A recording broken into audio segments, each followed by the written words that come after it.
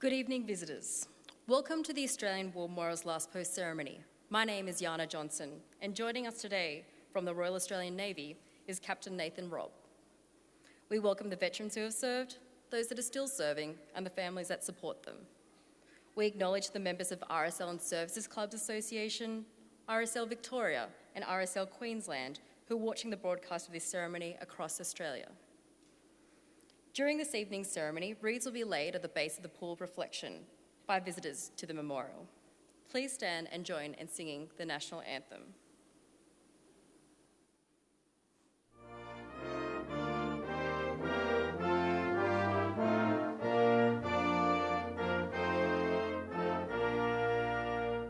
Australians, oh, let us rejoice, for we are young and free.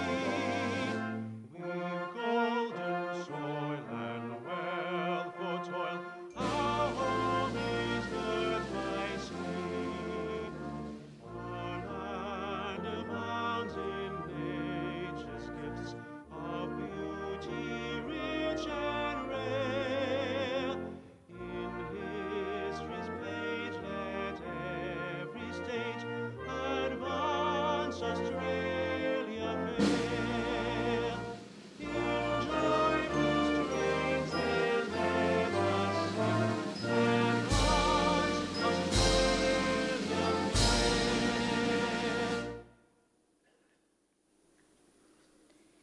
The Australian War Memorial was the vision of Charles Bean, Australia's First World War official historian. Bean landed with the Australian troops on Gallipoli and stayed with them at the front through to the end of the war. The idea of this national memorial and museum came to him at Pozières, France, in the depths of the bloody fighting of 1916.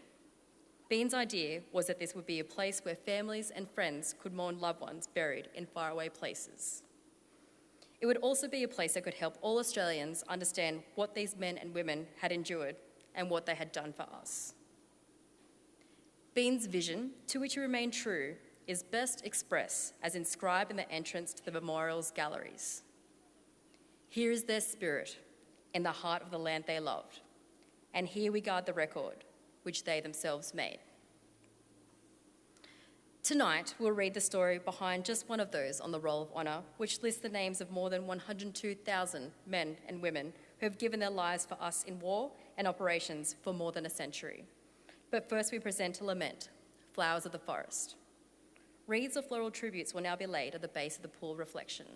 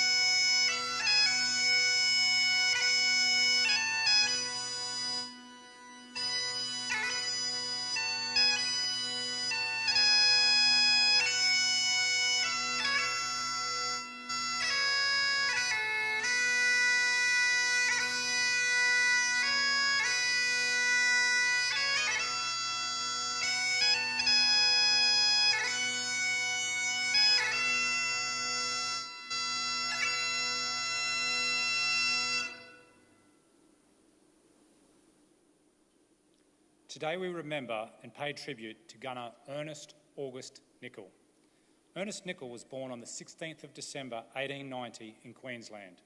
His parents, Johannes and Frederique Knickel, were German immigrants who married in Australia and raised a large family near Rockhampton. Ernest's father died when he was about 19 years old, and Ernest went on to work as a fencer and contractor in the district. Ernest Knickel enlisted in the Australian Imperial Force within weeks of the outbreak of war in 1914. However, he was discharged a few weeks later and did not successfully re-enlist until January 1916. Known to his military comrades as Dan, Knickel began training with the light horse.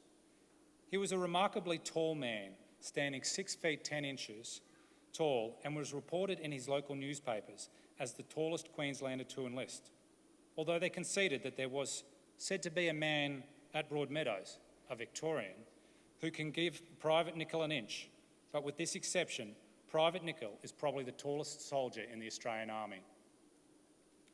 Knickel left Australia with reinforcements to the 5th Light Horse Regiment in April 1916. He did not remain with the Light Horse long, transferring to the artillery shortly after his arrival to England in May 1916. He continued training on Salisbury Plain for some months. Before he could cross the Channel to France, Gunner Knickel fell ill and spent nearly a month in hospital in Bulford. Following his release, he joined the convalescent training company based in Bulford to complete his recovery.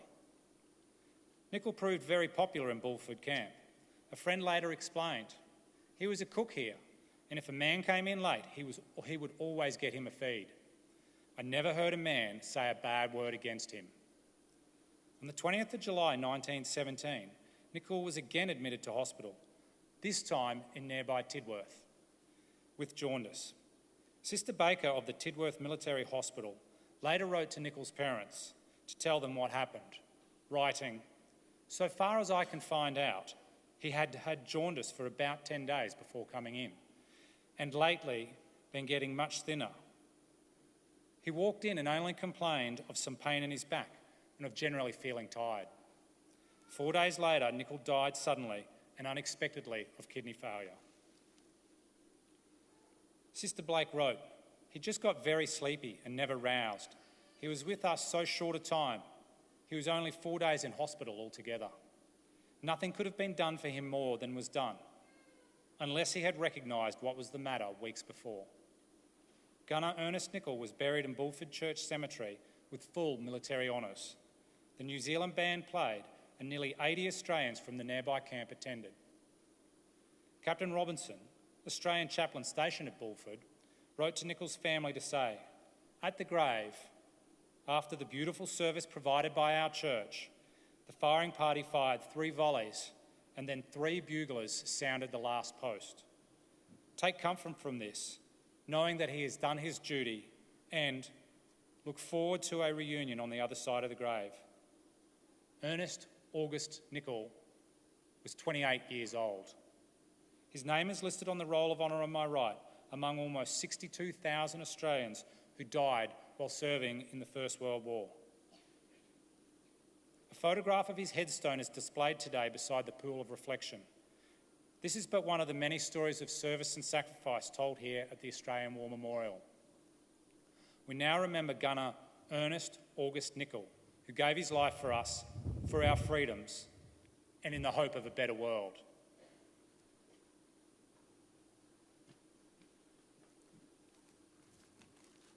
Please stand for the reading of the ode and the sounding of the last post.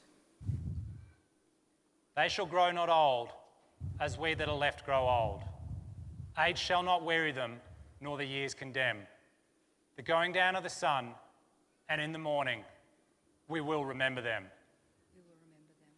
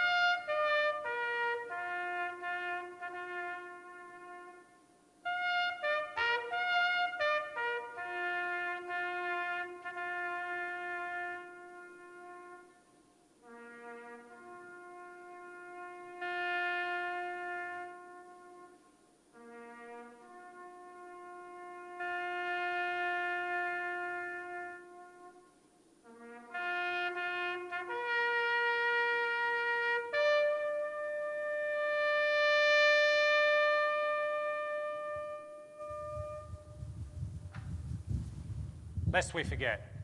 Lest we forget.